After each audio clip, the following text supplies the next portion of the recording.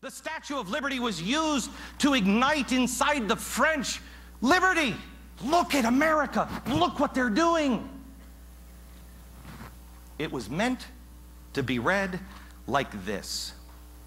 Not like the brazen giant of Greek fame, with conquering limbs astride from land to land. Here, at our sea-washed sunset gates, shall stand a mighty woman with a torch, whose flame is imprisoned lightning, and her name, Mother of Exiles.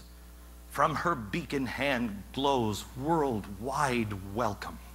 Her mild eyes command the air-bridged harbor that twin cities frame. Keep your ancient lands, your storied pomp, cries she with silent lips.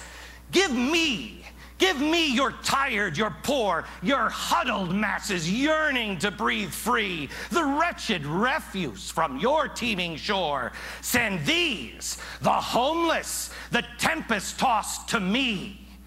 I hold my lamp beside the golden door. That is the message. Even the people that you reject can make it here. They will give it all to be successful here. You can make it here. Is that what you think was intended? If you look across the Hebrew Bible, the greatest moments of spiritual breakthrough occur in moments of exile. Abraham leaving the Promised Land, the Israelites going off to Babylon, and the greatest of all, when Moses leads the Israelites out of slavery into the desert. And only one moment, Glenn, in the entire Hebrew Bible does God come down to land, and that is to the top of Mount Sinai to give the law to Moses. And that cements this holy relationship among the people, the land, and God. That's at the heart of the Moses story, and that's at the heart of the American story, and that's at the heart of the Statue of Liberty. Okay, what do you say we get like the tax code and we put it in the trunk of our car and everybody heads to Canada tonight? Let's go. Back in a minute.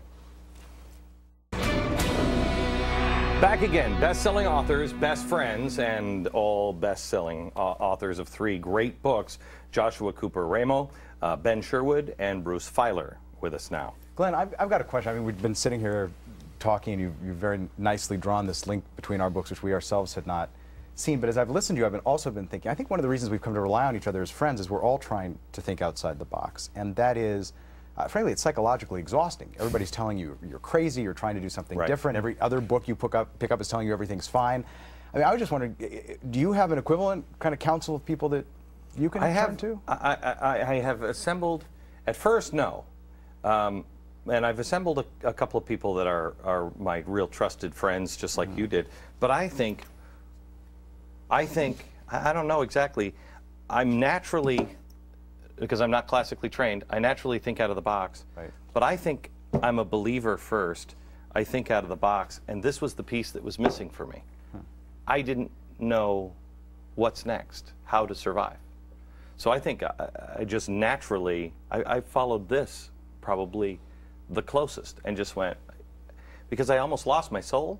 Yeah. And so I thought, if I believe this, I have to say it, because I went to the scriptures, and you know, if you find yourself at a position where you can see over the gate, you can see over the horizon, and you see something coming, if you don't warn, Bruce, what happens to you? Well, I would say that you're going to go back into Egypt, into an oppressed state. And I have a personal as someone who's spent now a dozen years reading and traveling and writing about the Bible. When I get stuck, go back to the text. Yeah. When you go back to the text, you can usually find meaning, because there's a reason that it endures as a powerful metaphor. And this story is about the power of story to give us hope in challenging times.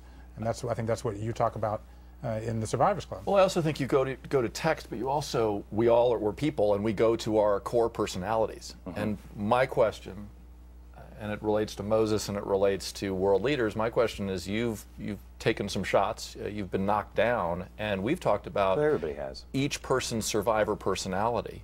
And you say you're a believer. I remember when you took the test a year ago, the Survivor Profiler test. It's in the back of your book. Yeah. I remember. Thanks, Peter. You don't have to help him. hang on. I'm going to take a break, and I want to come back, and you can give the results of that test, but I want you to talk about that test that people can take and what it reveals about each individual. And what kind of survivor you are. Okay, next. Best-selling authors, best friends. These are the 3 books that they wrote. This one, Ben Sherwood, we were just talking about the Survivors Club, how people actually survive. And there's a test in the back of the book. So the question I had after interviewing hundreds of survivors was, what kind of survivor am I?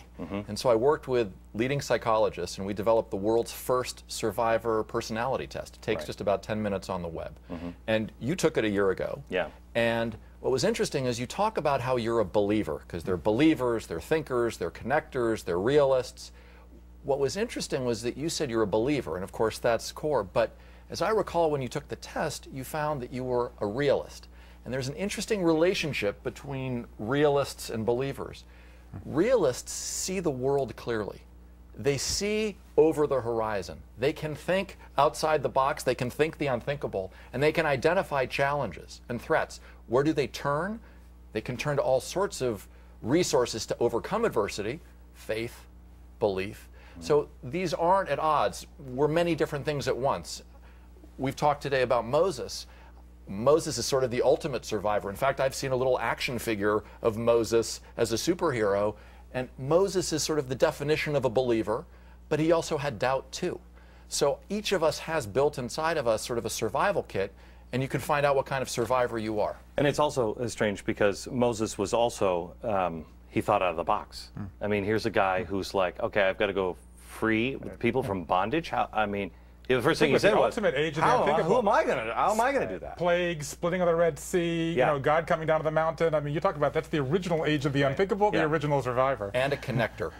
Connector's a personality type. Some people survive by bringing people together, by using social bonds and social intelligence to make things happen. Plane crash or free the people from Egypt. Okay. Back, final thoughts in just a second.